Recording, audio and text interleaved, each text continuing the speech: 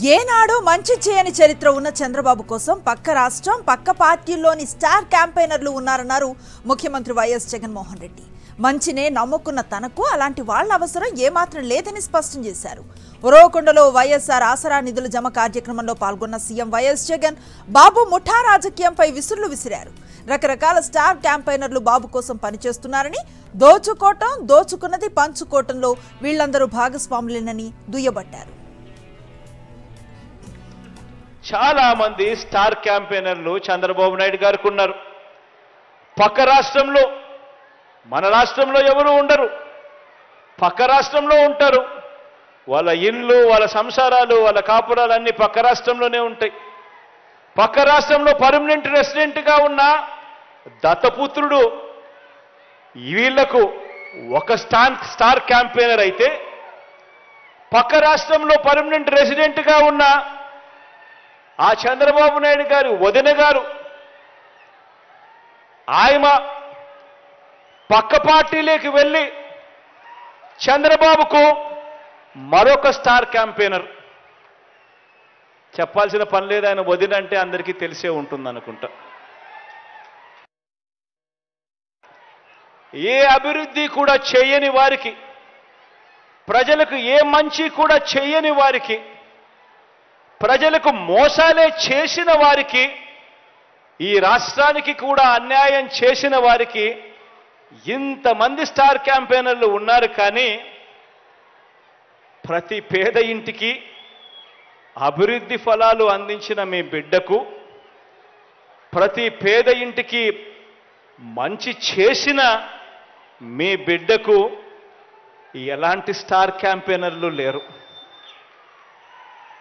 కానీ మీ బిడ్డ వీళ్ళందరినీ నమ్ముకోలేదు. మీ బిడ్డ వీళ్ళందరికీ కూడా ఈ సందర్భంగా గట్టిగా చెప్పాలనుకుంటా ఉన్నాడు. వీళ్ళందరికన్నా ఎక్కువ స్టార్ క్యాంపెయినర్లు మీ బిడ్డకు ఉన్నారు అని కూడా చెప్పడానికి మీ బిడ్డ సంతోషపడతా ఉన్నాడు. ఎవరో తెలుసా మీ బిడ్డకు స్టార్ క్యాంపెయినర్లు? ఎవరో తెలుసా మీ బిడ్డకు స్టార్ క్యాంపెయినర్లు?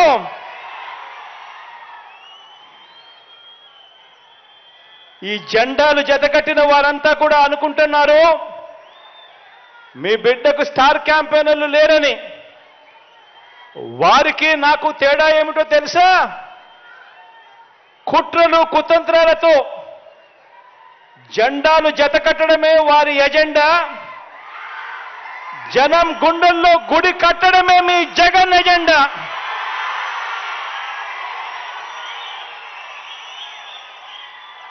కాబట్టి వారికి భిన్నంగా నాకున్నంత మంది స్టార్ క్యాంపెయినర్లు దేశ చరిత్రలోనే కాదు, రాజకీయ చరిత్రలోనే ఎవరు కూడా ఉండరు అని చెప్పి కూడా ఈ సందర్భంగా తెలియజేస్తా ఉన్నాను. ఏపీలో అమలు చేస్తున్న సంక్షేమ పథకాలు దేశంలో మరెక్కడా లేవన్నారు సీఎం జగన్. తమది మహిళా పక్షపాత ప్రభుత్వం అన్నారు. కులం, మతం, పార్టీలకు అతీతంగా సంక్షేమ పథకాలను అందిస్తున్నామన్నారు. గతంలో పొదుపు సంఘాల మహిళలను చంద్రబాబు మోసం చేశారన్నారు సీఎం జగన్. చంద్రబాబు మోసంతో పొదుపు సంఘాలు గ్రేడ్లు పడిపోయాయని తెలిపారు. తమ ప్రభుత్వంలో పొదుపు సంఘాలు మెరుగుపడ్డాయని చెప్పుకొచ్చారు. అనంతపురం జిల్లా ఉరవకొండలో పర్యటించిన సీఎం జగన్ వైఎస్ఆర్ ఆసరా 4వ విడత నిధులను విడుదల చేశారు. పొదుపు సంఘాల ఖాతాల్లో 6,394 కోట్ల నిధులను జమ చేశారు.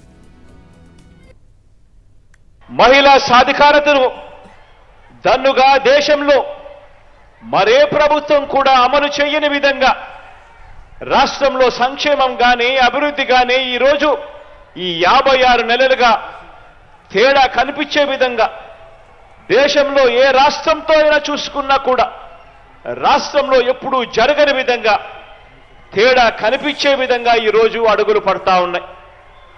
అర్హత మాత్రమే ప్రామాణికంగా తీసుకుంటూ ఎక్కడా కూడా వివక్ష అనే దానికి చోటు లేకుండా, లంచాలకు ఎక్కడా కూడా చోటు లేకుండా ఈరోజు ప్రతి పథకం కూడా మన రాష్ట్రంలో అమలవుతా ఉంది అని చెప్పడానికి గర్వపడతా ఉన్నా. అందులో భాగంగానే ఈరోజు అక్షరాల 6,400 కోట్ల రూపాయలు నా పొదుపు సంఘాల అక్క చెల్లెమ్మలకు నేరుగా బటన్ నొక్కి వారికి ఇచ్చేలా ఈరోజు అడుగు వేస్తా ఉన్నాం. 19,178 కోట్ల రూపాయలు ఇవ్వడమే కాక 4వ దఫా కింద ఈరోజు ఇచ్చే 6,400 కోట్ల రూపాయలు కూడా కలుపుకుంటే అక్షరాల 25,570 కోట్ల రూపాయలు నా అక్క చెల్లెమ్మల కుటుంబాల ఖాతాల్లోకి నేరుగా కూడా పోతా ఉంది. మీ బిడ్డ బటన్ నొక్కుతా ఉన్నాడు, నేరుగా నా అక్క చెల్లెమ్మల కుటుంబాల ఖాతాల్లోకి పోతా ఉంది. సుమారు 3 దశాబ్దాల తర్వాత వెలుగొండ ప్రాజెక్టు లబ్ధిదారుల కళ త్వరలోనే నిజం కాబోతోంది. 2వ టన్నెల్ ప్రాజెక్టు పనులను పూర్తి చేసింది సీఎం వైఎస్ జగన్ సర్కార్. అధికారంలోకి వచ్చిన నాటి నుంచి సంక్షేమ పాలన అందిస్తూనే సాగు, తాగునీటి ప్రాజెక్టుల నిర్మాణానికి కృషి చేస్తున్నారు ముఖ్యమంత్రి వైఎస్ జగన్మోహన్ రెడ్డి. ప్రాజెక్టులన్నింటినీ శరవేగంగా పూర్తి చేస్తూ ప్రజల ఆకాంక్షలు నెరవేర్చే ప్రయత్నం చేస్తున్నారు సీఎం జగన్.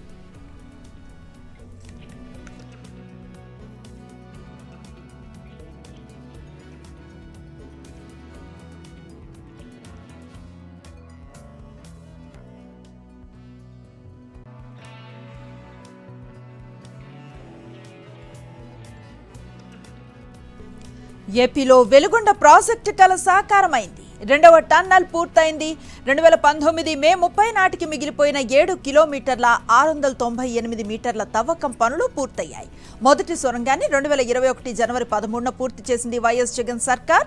ఆసియా ఖండంలో అత్యంత పొడవైన సొరంగాలను పూర్తి చేసి చరిత్రను సృష్టించింది సీఎం వైఎస్ జగన్ సర్కార్. కరువు ప్రాంత రైతులకు ఎన్నికల్లో ఇచ్చిన హామీని నిలబెట్టుకున్నారు సీఎం జగన్. నల్లమల సాగర్ కు నీటిని తరలించే ఫీడర్ ఛానల్ పనులు ఇప్పటికే పూర్తయ్యాయి.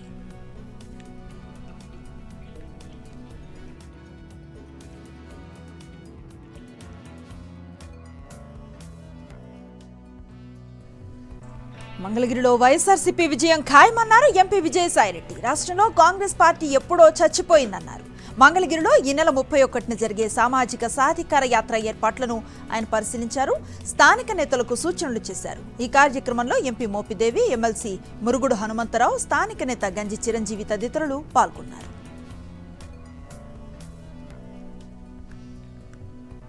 కాంగ్రెస్ పార్టీ అన్నటువంటిది ఆంధ్ర రాష్ట్రంలో ఏనాడో చచ్చిపోయింది. ఆంధ్ర రాష్ట్రాన్ని విడదీసి ఆంధ్ర రాష్ట్రానికి, ఆంధ్ర రాష్ట్ర ప్రజలకి తీరని అన్యాయం చేసి కొన్ని జనరేషన్స్తో పాటు ఈ యొక్క జనరేషనే కాదు, రాబోయేటటువంటి జనరేషన్స్ కూడా తీరని ద్రోహం చేసినటువంటి పార్టీ కాంగ్రెస్ పార్టీ. ఆ యొక్క కాంగ్రెస్ పార్టీని చేసినటువంటి ద్రోహాన్ని ప్రజలు ఏ రోజు మర్చిపోరు.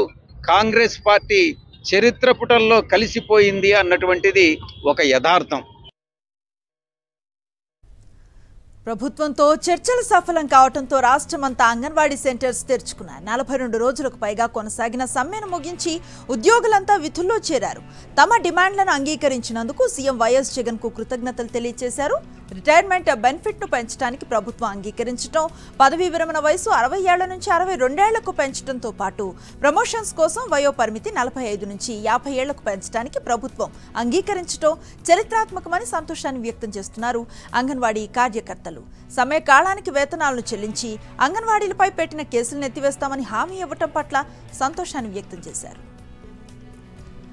ఏసీబీ కోర్టులో స్కిల్ కేసు విచారణ ఈ నెల 29కి వాయిదా పడింది. అప్రూవర్ గా మారుతున్నట్లుగా ఇప్పటికే ఏసీఐ ఎండీ పిటిషన్ను దాఖలు చేశారు. బోగస్ ఇన్వాయిసులతో నిధులు కాజేశారనే ఆధారాలను అందజేశారు.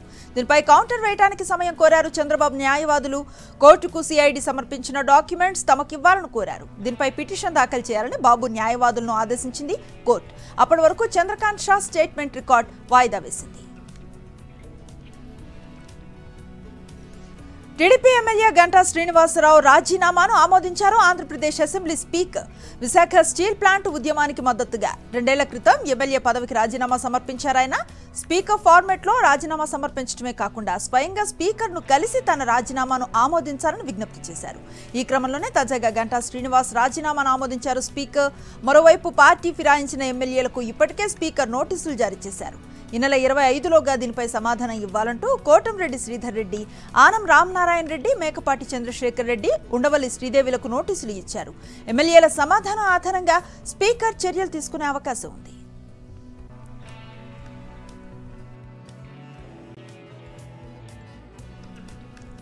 టీడీపీ నేత పొంగూరు నారాయణకు నెల్లూరు రూరల్ ఎమ్మెల్యే అనిల్ కుమార్ యాదవ్ సవాల్ విసిరారు. నెల్లూరు అభివృద్ధిపై చర్చకు సిద్ధంగా ఉన్నానని, ఎవరెంత అభివృద్ధి చేశారో చెప్పాలన్నారు. నారాయణ ఎన్ని జిమ్మక్కులు చేసినా వచ్చే ఎన్నికల్లో గెలుపు తమదేనని ధీమాను వ్యక్తం చేశారు ఎమ్మెల్యే అనిల్ కుమార్. నారాయణ గారికి బహిరంగంగా ఛాలెంజ్ ఇస్తున్నాను. నువ్వు 5 సంవత్సరాలు మున్సిపల్ శాఖ మంత్రిగా ఉన్నప్పుడు ఈ భారతదేశంలో నెల్లూరు మున్సిపల్ కార్పొరేషన్ ర్యాంకింగ్ ఎంత? డెవలప్మెంట్ అంటున్నావు కదా, డెవలప్మెంట్ మీద నేను చర్చకు సిద్ధము. స్కూల్స్, పార్క్స్, హాస్పిటల్స్, ఆఖరికి రోడ్ల విషయంలో కూడా నువ్వు ఎంత రోడ్లు వేసావు, నేను ఎన్ని రోడ్లు వేసిన, నీ హయాంలో ఎన్ని రోడ్స్ జరిగినాయి, నా హయాంలో ఎన్ని రోడ్స్ జరిగినాయి, శాశ్వత నిర్మాణాలు నీ దాంట్లో ఎన్ని జరిగినాయి, నా దాంట్లో ఎన్ని జరిగినాయి, నువ్వు కరెంటు సబ్స్టేషన్స్ ఎన్ని తీసుకొచ్చినావు, నేను వచ్చిన తర్వాత 2 సబ్స్టేషన్స్ కట్టావు, 8 సబ్స్టేషన్స్ తీసుకొచ్చినావు, 133 kV సబ్స్టేషన్ 60 కోట్ల రూపాయలతో శంకుస్థాపన చేస్తాను. నగరానికి సంబంధించి శాశ్వతమైన పర్మనెంట్ తెచ్చాను తప్ప ఎన్నికలప్పుడు హడావిడిగా చేసేసి దాని డెవలప్మెంట్ ఏదో నెల్లూరు నగరంలో ముందు రోడ్లే లేనట్టు నువ్వు తవ్వేసిన రోడ్లు వేసాడు తప్ప లేదని చెప్పి ఆలోచన చేయండి మాత్రం నేను. తెలంగాణలో లోక్సభ ఎన్నికల హీట్ రాజుకుంటోంది. ముఖ్యమంత్రి రేవంత్ రెడ్డిని బీఆర్ఎస్ ఎమ్మెల్యేలు సునీతా లక్ష్మారెడ్డి, కోతా ప్రభాకర్ రెడ్డి, గూడెం మహిపాల్ రెడ్డి, మాణిక్రావులు మర్యాదపూర్వకంగా కలిశారు. దీంతో ఈ కలయిక రాజకీయంగా తీవ్ర చర్చనీయాంశమైంది. ఇది మర్యాదపూర్వక భేటీ అయినా రాజకీయ ట్విస్ట్ ఉంటుందా అనేది హాట్ టాపిక్ గా మారింది.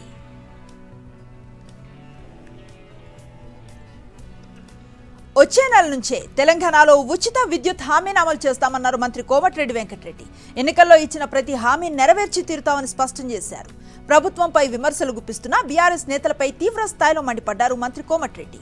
ప్రజలకు ఇచ్చిన హామీలను విస్మరించినందుకే కేసీఆర్ కు ప్రజలు తగిన బుద్ధి చెప్పారంటూ ఫైర్ అయ్యారు.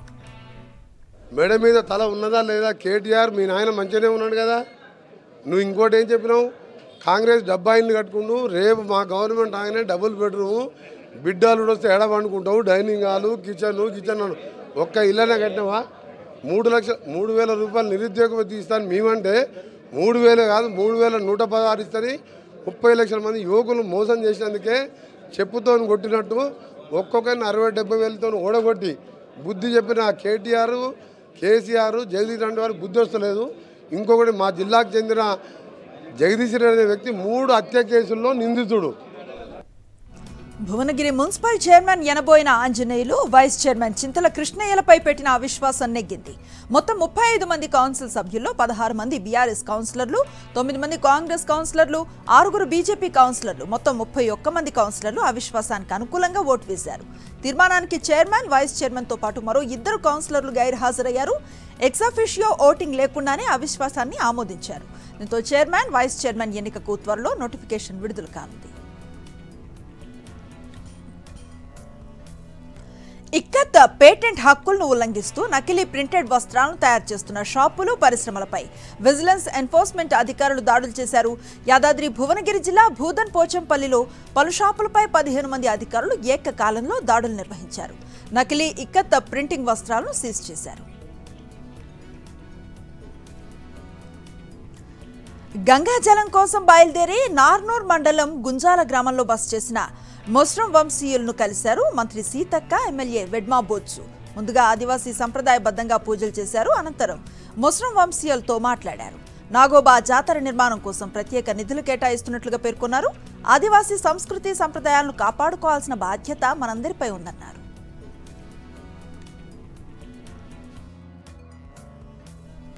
జగిత్యాల జిల్లాలో ప్రముఖ పుణ్యక్షేత్రం కొండగట్టుకు భక్తులు పోటెత్తారు. మంగళవారం కావడంతో పాటు సమ్మక్క సారలమ్మ జాతరలు రావడంతో వేలాది మంది భక్తులు అంజన్న దర్శనానికి తరలివచ్చారు. దీంతో కొండగట్టుకు వెళ్లే దారిలో 3 కిలోమీటర్ల మేర వాహనాలు నిలిచిపోయాయి. భక్తుల రద్దీ దృష్ట్యా ఘాట్ రోడ్ను కొద్దిసేపు నిలిపివేశారు.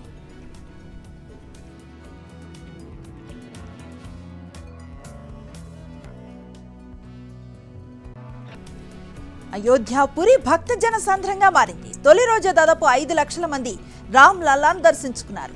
బాలరాముడి దర్శనానికి భక్తులు పోటెత్తడంతో ఆలయం వద్ద తీవ్ర రద్దీ పరిస్థితి ఏర్పడింది. ఉదయం 7 గంటల నుంచి సాధారణ భక్తులకు దర్శన భాగ్యం కల్పించగా తెల్లవారుజామున 3 గంటల నుంచే వేల మంది భక్తులు ఆలయం వద్ద బారులు తీరారు. రద్దీ కారణంగా కొద్దిసేపు దర్శనాలు నిలిపివేశారు శ్రీరామ జన్మభూమి తీర్థక్షేత్ర ట్రస్ట్ అధికారులు. పంచుకోసి పరిక్రమ్ పథ్ వద్ద వాహనాల రాకపోకలపై ఆంక్షలు విధించారు. భక్తులందరూ సహనంతో ఉండాలని పిలుపునిచ్చారు. రామ జన్మభూమి తీర్థక్షేత్ర ప్రధాన ఆచారి సత్యేంద్ర దాస్ బాలక్-రామ్ దర్శనం కోసం దర్శన భాగ్యం అందరికీ ఉంటుందని భరోసా ఇచ్చారు.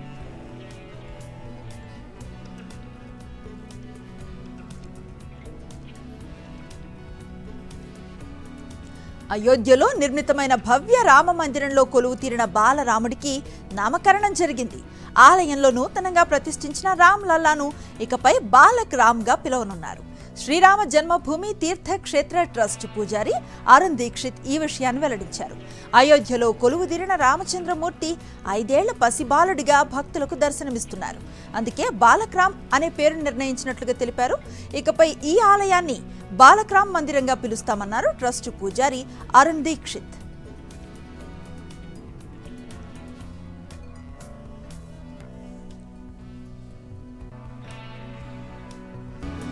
దేశం పట్ల నేతాజీ అంకిత భావం భావితరాలకు నిరంతర స్ఫూర్తి అన్నారు ప్రధాని నరేంద్ర మోదీ.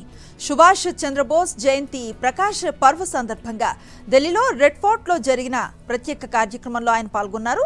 ఎగ్జిబిషన్ను ప్రారంభించారు. ఈ సందర్భంగా ఎగ్జిబిషన్లో ఏర్పాటు చేసిన నేతాజీ విగ్రహానికి ప్రధాని మోదీ మెరుగులు దిద్దుతున్న దృశ్యాలు అందరినీ ఆకట్టుకున్నాయి.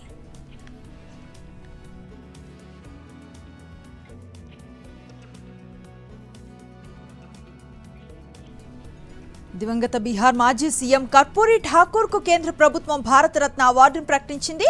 1977-79 మధ్య కాలంలో బీహార్ సీఎంగా పనిచేశారు.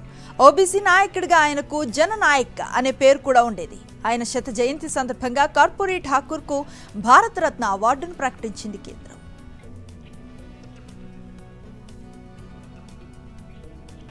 సార్వత్రిక ఎన్నికలు ఏప్రిల్ 16న జరగనున్నాయా? సోషల్ మీడియాలో వైరల్ అవుతున్న ఢిల్లీ ఎన్నికల ప్రధానాధికారి లేఖపై అధికారులు స్పందించారు. రిఫరెన్స్ కోసమే ఈ తేదీని సూచించారే తప్పించి అధికారిక ప్రకటన రాలేదని స్పష్టం చేశారు. గత కొన్ని నెలలుగా 2024 సార్వత్రిక ఎన్నికలు ముందుగానే ఉంటాయన్న వార్తలు హడావుడి చేస్తున్నాయి. అందుకే అయోధ్యలో మందిర నిర్మాణం పూర్తి కాకుండానే రామ్లల్లా విగ్రహ ప్రాణప్రతిష్ఠ చేశారన్న విమర్శలు వచ్చాయి. ఈ క్రమంలో ఏప్రిల్లోనే ఎన్నికలుంటాయనే విధంగా ఢిల్లీ ఎన్నికల ప్రధానాధికారి ఆఫీస్ నుంచి వచ్చిన లేఖ చర్చనీయాంశంగా మారింది. ఈశాన్య రాష్ట్రం మిజోరాంలో మయన్మార్ సైనిక విమానం ప్రమాదానికి గురైంది. ఐజ్వాల్లోని లెంగ్పుయ్ ఎయిర్పోర్ట్లో ల్యాండ్ అయ్యే సమయంలో ఒక్కసారిగా అదుపు తప్పింది. ఈ ఘటనలో 6 మయన్మార్ సైనిక సిబ్బంది గాయపడ్డారు. ప్రమాద సమయంలో మిలిటరీ ఎయిర్ క్రాఫ్ట్లో 14 మంది ఉన్నారు. అంతర్యుద్ధం కారణంగా మియన్మార్ నుంచి భారత్లోకి చొరబడిన తమ దేశ సైనికులను తీసుకువెళ్లేందుకు ఈ విమానం మిజోరాంకు చేరుకుంది. దేశీయ స్టాక్ మార్కెట్స్ ఈరోజు భారీగా పతనమయ్యాయి. బ్యాంకింగ్, ఫినాన్స్ స్టాకులు భారీ నష్టాలను ముట్టుకట్టుకున్నాయి. ఈరోజు ట్రేడింగ్ ముగిసే సమయానికి సెన్సెక్స్ ఏకంగా 1053 పాయింట్లు నష్టపోయి 70,370కి పడిపోయింది. నిఫ్టీ 333 పాయింట్లు కోల్పోయి 21,238కి దిగజారింది.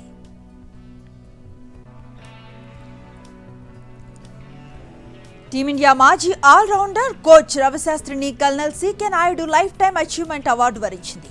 హైదరాబాద్లో భారత క్రికెట్ కంట్రోల్ బోర్డు నిర్వహించిన నమన్ అవార్డుల కార్యక్రమంలో రవిశాస్త్రికి బోర్డు అధ్యక్షుడు రోజర్ బిన్నీ, సెక్రటరీ జైషా అవార్డును బహుకరించారు. దీంతో పాటు 2022-23 ఏడాదికి Polly Umrigar best cricketer award Shubman గిల్కు దక్కింది.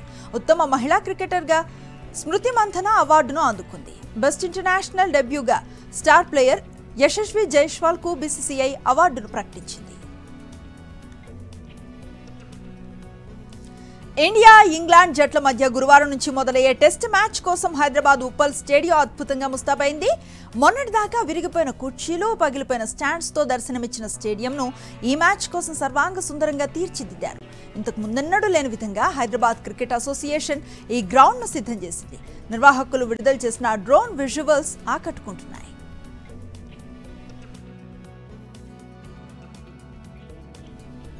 సినీ వార్తల సమాహారం ఫిల్మ్ అప్డేట్స్ ను స్క్రీన్ 90లో చూద్దాం.